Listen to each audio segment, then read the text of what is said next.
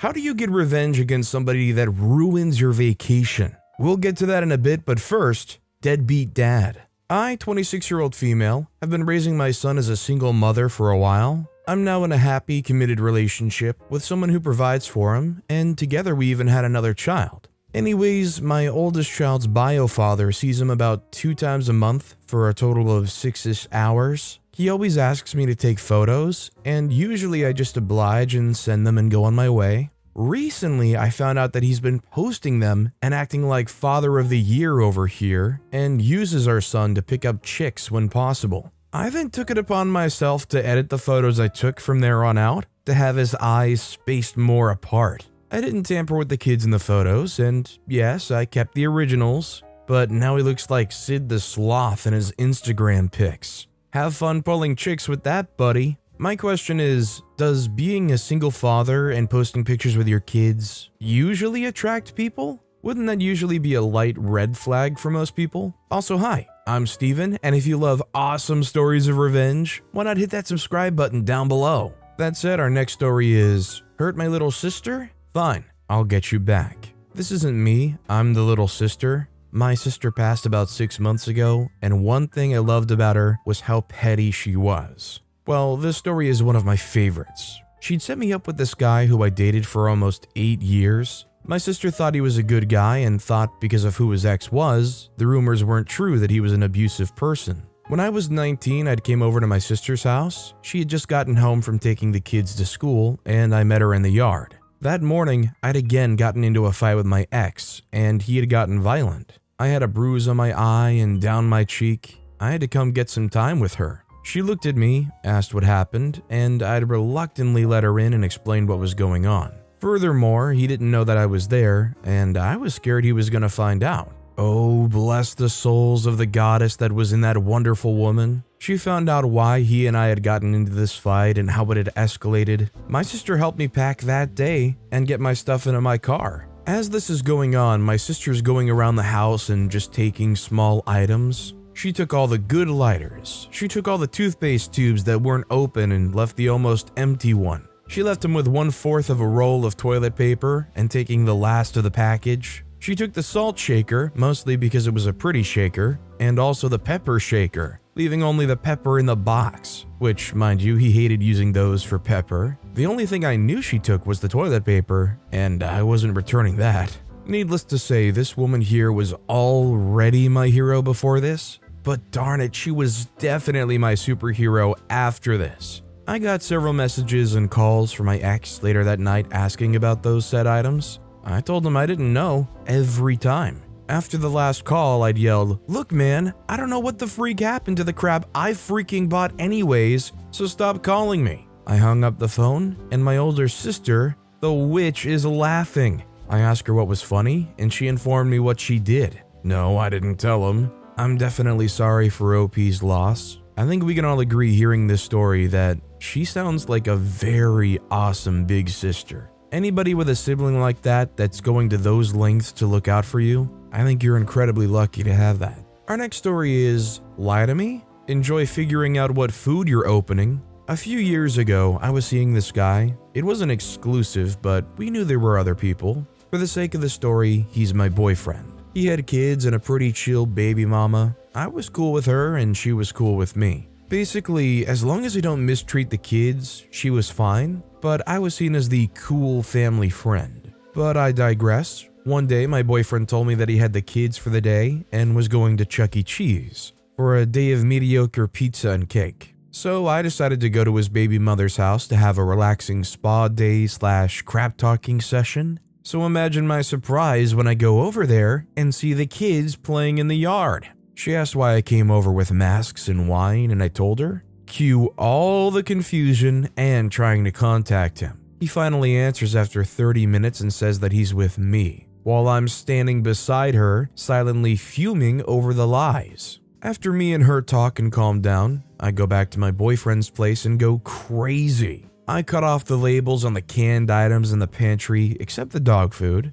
Took the knobs off the stove, switched the wires on the cable box, TV, and Blu-ray player. Took all the remote batteries, loosened faucets, took the microwave plate and oven racks out, loosened light bulbs, and flipped the main breaker. I didn't bother the pets or their food. After all of that, I went back home, blocked him, and called the baby mama. And after all of that, she's a friend and he's a distant memory. That is one story I've been called petty over by his friends and family, but I don't think so. OP expressed that they had like an open relationship, so this is so honestly confusing that they would go and sleep around like that secretly. Like, if it's already open, why are they trying to hide it? I guess OP clarified that they were out with some woman that OP did not like at all. Basically, OP had a stipulation that the guy could be with anybody else but that woman. Did it justify an entire apartment wrecking? I don't know. This next story is how I got my secretary back. I was a new school psychologist in a new position. I was struggling to organize my office as I was the first psychologist in 5 years. One day, the superintendent sends me a memo that he had to cut my secretary. I'd have to type my own reports. I sucked at typing and still do. I took my Underwood typewriter, it was 1977, and went down to the teacher's lounge. I began to type. I didn't take calls or read my mail or agree to meetings. I typed. I cussed, I erased, I typed for about a week. People saw me grunting out the work hour after hour. Somehow, the news that a staff member with more education than the superintendent was chained to a typewriter trying to get out time-sensitive work got to the superintendent. He got me an ex-legal secretary who knew more about office procedures than I ever dreamed. She carried my butt through the years we worked there. I told him he had a real eye for talent and thanked him. It took me a while to get over the tar consistency coffee the teachers drank. I got a 13% raise the next year. What I love about this revenge is OP didn't make a show of it. They didn't go out trying to create some impactful, crazy display that completely changes the superintendent's mind. They were just told, hey, we're gonna be penny pinching and you're just gonna have to try to make up for it. OP sat down, probably had their work slow down 500%, and let the higher-ups themselves figure out how badly they screwed up. Our next story is evicted, then moved right back in. I, 22-year-old male, lived with 4 guys and the occasional roommate's girlfriends. Things were never great, but the situation spiraled out of control when one roommate wanted his brother to move in with us. We had a room, but we had no idea how these two would act once living together. They both lifted a lot. Every day, like 6 meals a day, and they were huge. Their personalities, over the weeks and months, became more and more intense. This was the age of one home phone, and I had a small roofing business set up, a one-man crew, and I would get calls at the house. I'd asked if messages could be taken when I wasn't available. All they had to do was write a name and number on a whiteboard, and I'd follow up. One evening, I came home and I asked about a message I couldn't read. Next thing I know, I've got the whiteboard ripped off the wall, and both of these muscle-bound freaks are chasing me. One had a dang bat down the stairs to my area of the house. Once downstairs, I had little to defend myself with aside from just turning and facing them and forcing something. They threw the whiteboard at me and threatened me with the bat if my exception was for them to take messages. I survived but was very shaken. I brought this up with the other roommates and agreed something had to be done. Revenge is sweet. I decided to go have a meeting with the property management company and just lay it all out there. I detailed what happened and offer a solution. Evict us, all of us. Just mail us a letter to get the freak out and we'll clean and fix the place up and we'll all move out.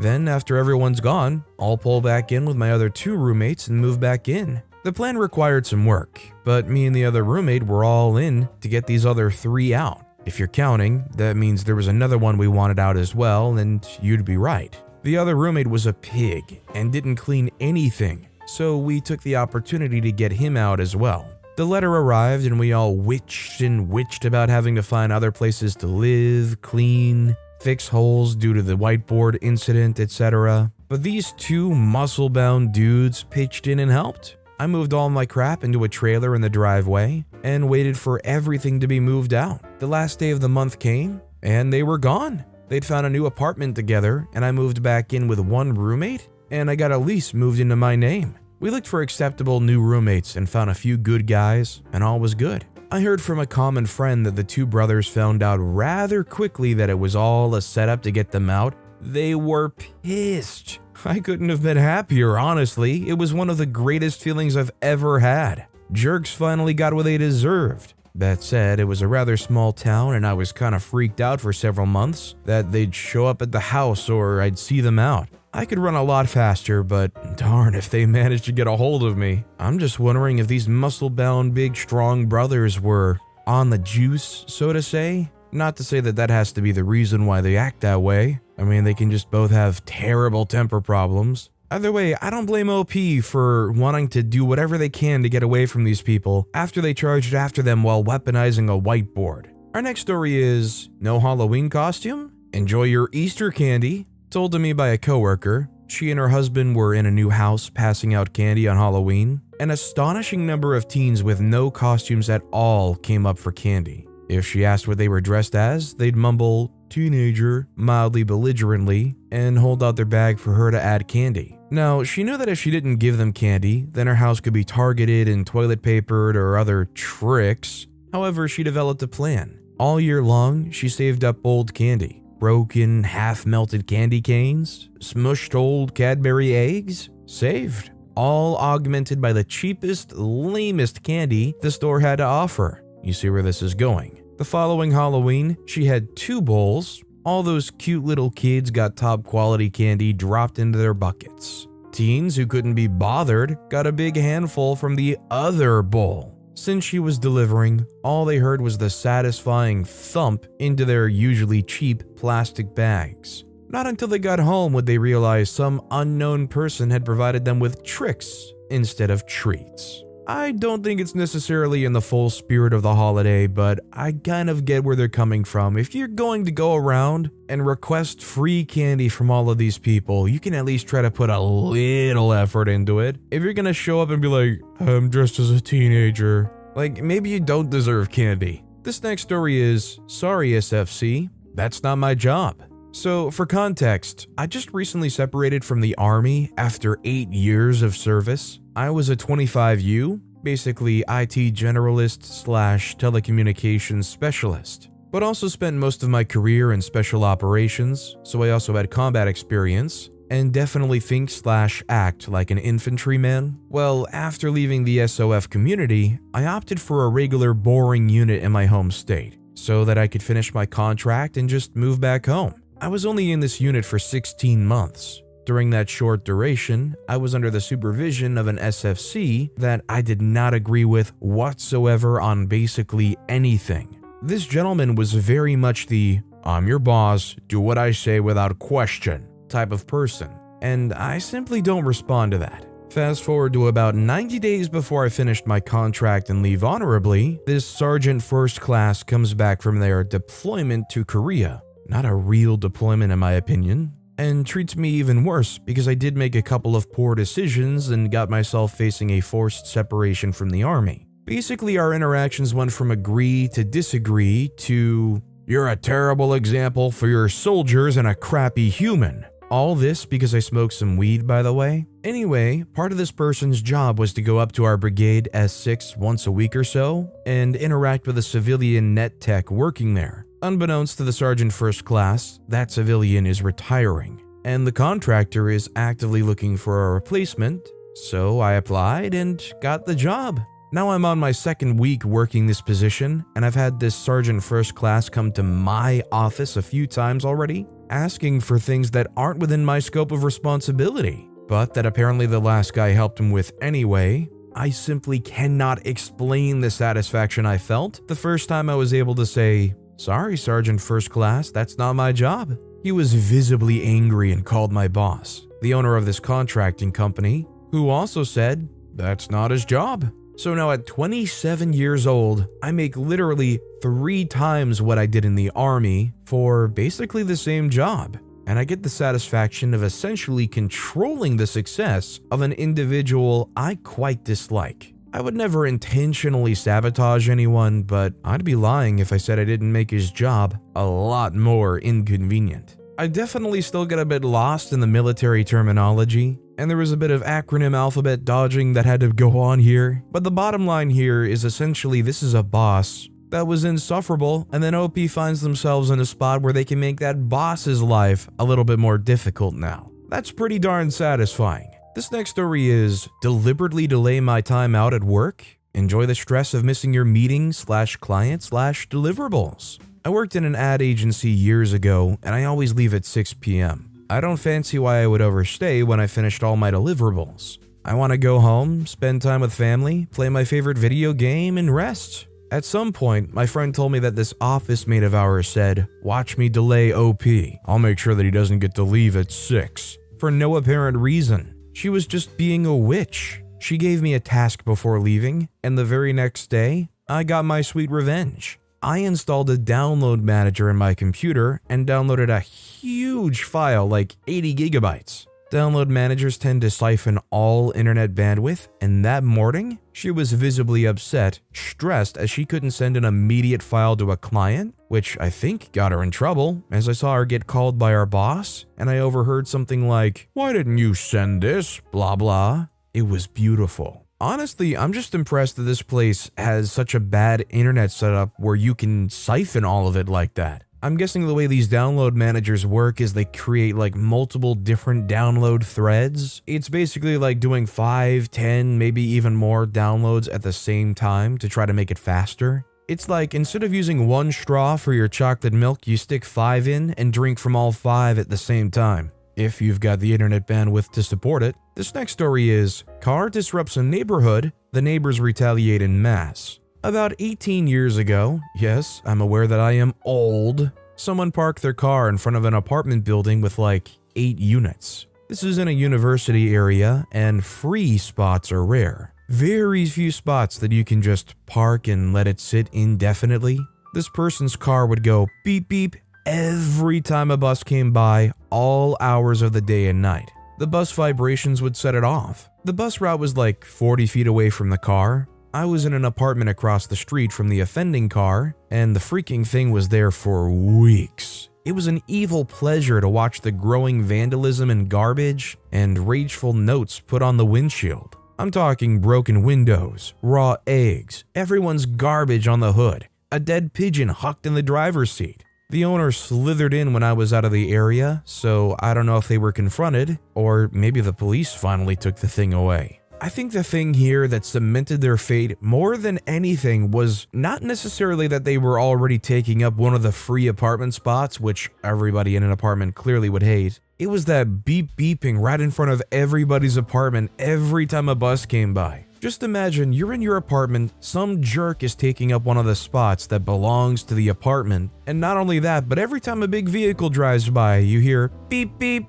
outside. You're like, oh my god, I'm about to hire a crane to come pick this car up and fling it into the next neighborhood. Our next story is, neighbor petty about our parking spot. Should I be petty back?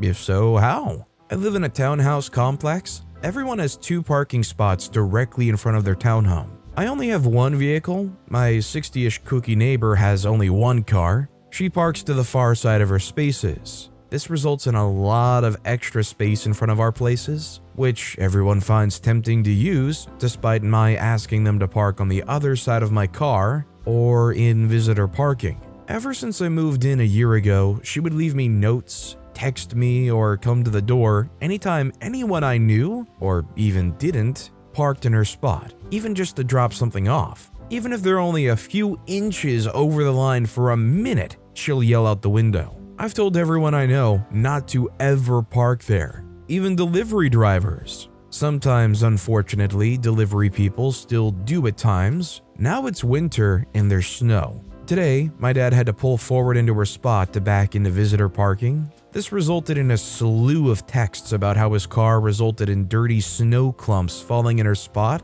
and the tires packing down the snow, which will apparently freeze and be harder to shovel and a safety issue for her. I've been polite so far, but I told her that at a certain point, I can't control how people drive in a communal parking lot. I did kick the bigger clumps off of her spot for her, even though I don't think that was my dad's fault. I appreciate she has falling fears, but my feeling is it's Canada in the winter and it's a communal parking lot. I don't think it's fair to continually make me feel guilty for anyone ever even touching her parking spots. She doesn't even need this space, but I swear she just sits and watches out the window all day to make sure no one touches it. I don't want bad blood, but I don't know how to handle this anymore. Continue being polite? Take full responsibility for everyone else's driving? Confirm the parking bylaws with my HOA? Or be petty? And if so, how? I'd love a laugh. I think this is one of those situations where you offload the complaint department. You've decided that OP Neighbor Complaint Incorporated has closed its shutters and they need to redirect their complaints about everybody else's driving in a communal parking lot to the HOA.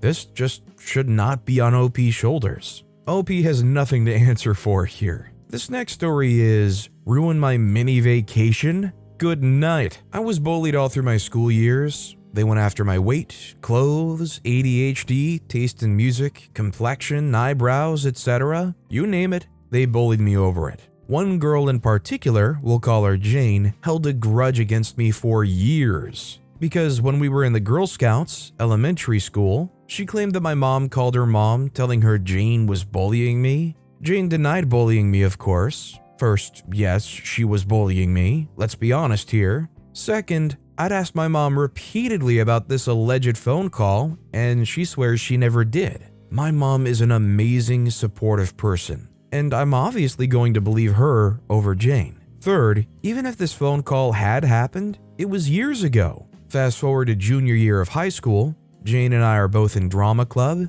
She's still hanging on to this alleged phone call, and we're stuck sharing a hotel room for a 3-day high school theater festival. Whenever I'm around her, she's constantly nagging me. I try to be kind and stay out of her way, but she essentially bit my head off every chance she had. It's the last night, and I'm watching TV in my bed feeling angry and mentally exhausted. Theater Fest was something I looked forward to every year, and she had ruined it for me over a phone call that never happened. Jane comes out of the bathroom in her swimsuit and announces that she's going to the hotel pool. Jane reaches for her room key, but stops and asks me if I'm staying in for the night. In that moment, inspiration struck, and I heard angels singing. I smiled sweetly and said yes. With that, Jane left for the pool without her room key, knowing that she assumed I'd just let her back in later. I locked the door and went to sleep. Apparently, Jane spent an hour or so pounding on the door and having kids call my room.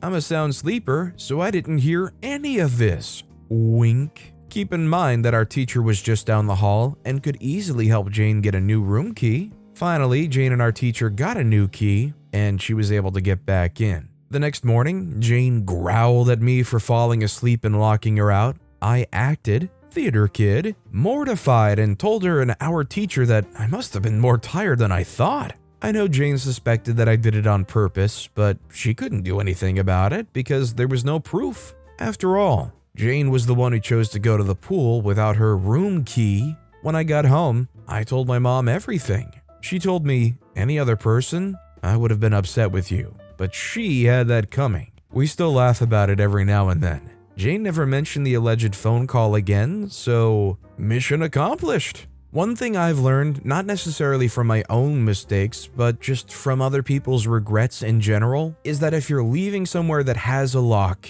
take the key with you regardless, and make sure you have that key on you at all times. I mean, it happens all the time, but after hearing how a relative locked themselves out of their own car, it just makes me a little bit more anxious about making sure that I always have my keys on me. What happened with them was basically they were shopping, putting away groceries, they set their keys down right inside the trunk, and then closed the trunk, and it was locked. Just in general, if you're dealing with locks at any point, just make sure those keys are pretty much always on you. Our next story is, Army soldier leaves entire battalion hanging. About 10 years ago, I was a sergeant in the U.S. Army stationed in Fort Sill, Oklahoma. I'd previously injured my back during my time in Iraq, and as a result, I was able to do much less cardio, in turn gaining weight. If you know the regulations, then you know that a physical injury is not a valid reason to be overweight in the Army. So obviously they started chapter, a non-disciplinary discharge, paperwork. I was distressed about losing a career that I loved, and I was torn between tearing my body up to stay in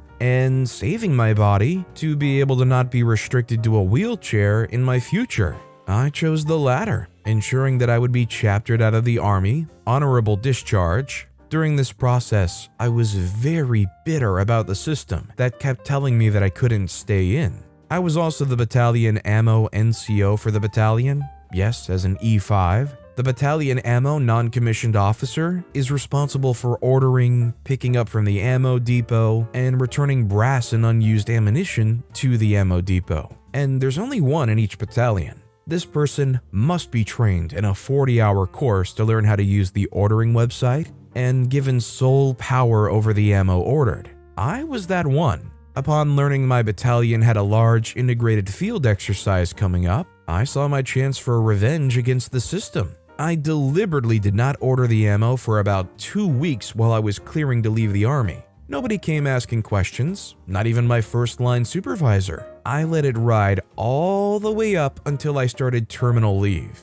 Leave taken at the end of an enlistment. Soldier doesn't return to duty when the leave ends. I was back home in New York when one day, I got a call from my boss. This was it. He said the sergeant major came to him and noticed that I hadn't ordered any ammo for this training exercise. I confirmed. Supervisor then asked if I could get online and order from home. I told him I needed to be on the government network to do so, and the closest space was 4 hours away from me. But not only that, my access to the ordering website had been revoked. This battalion exercise had been planned and coordinated with other units months in advance. Needless to say, the ammo did not get ordered and this huge field exercise did not happen. After months and months of planning and sourcing equipment, and now there was a 3-week hole in the schedule. Not sure how many reading this understand the significance of this, but it is not good. I never heard about what happened because I was long gone,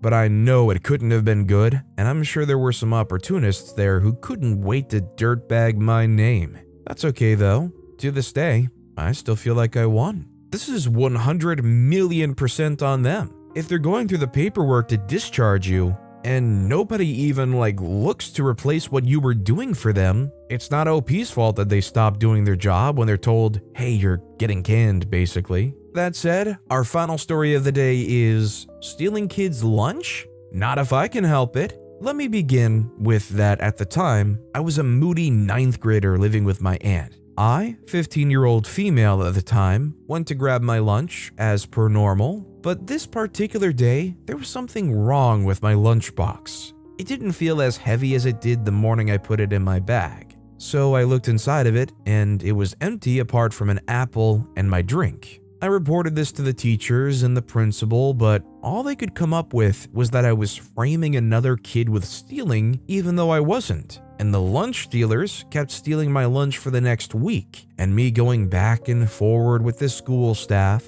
saying that there was nothing they could do because they had no proof of these alleged crimes, even though they had cameras plastered freaking everywhere. And eventually, I stopped giving a crap and started coming to school with the most messed up sandwiches I could think of. Think of 7 random things that could be put on a sandwich, and put them all on in between 2 pieces of bread, and started taking that to school. My aunt, unfortunately, was the maker of these sandwiches and kept getting calls from the school saying that lunch stealers were getting sick.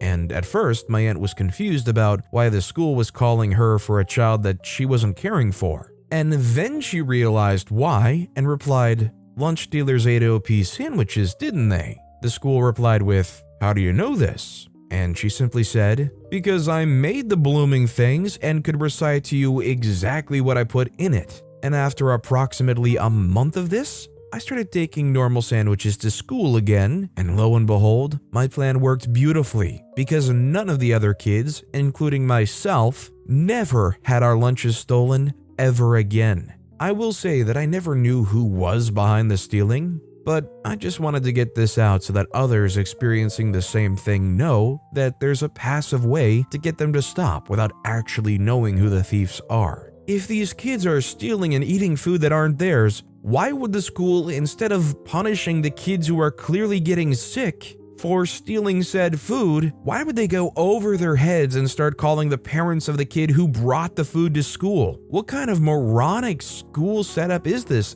Are these like lunch dealers the kids of the people running the show? Is there like a nepotism play going on here? Favoritism? I am so confused and in the weeds as to why this school was operating the way they did here. We can't check the cameras. Also, it's your fault for bringing food to school that makes other kids sick. If OP brought a peanut butter and jelly sandwich for their lunch and some kid with allergies stole it and ate it and needed an ER trip, is it OP's fault? Is it their parents' fault? No. But with that being said, that's all the time we have for today. Now, if you want to hear another absolutely crazy revenge story, check out that video on the left. Or if you missed my latest video, check out that video on the right. That said, I'll see you all next time with some more stories.